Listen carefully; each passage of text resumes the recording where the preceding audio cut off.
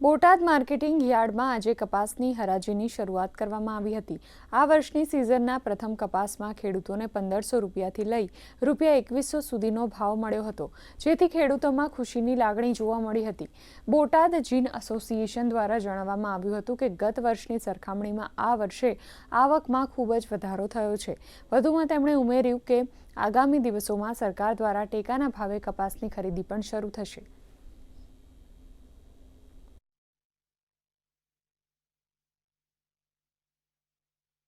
₹2101 ભાવ આવ્યો છે। સમગ્ર બોટાદ જિલ્લાની અંદર કપાસ, સિંગ, કઠોળ જેવા પાકોનો મબલક ઉત્પાદન થશે। ગઈ વર્ષની સરખામણીએ સમગ્ર રાજ્યમાં બોટાદ એપીએમસી 10મા ક્રમે હતું।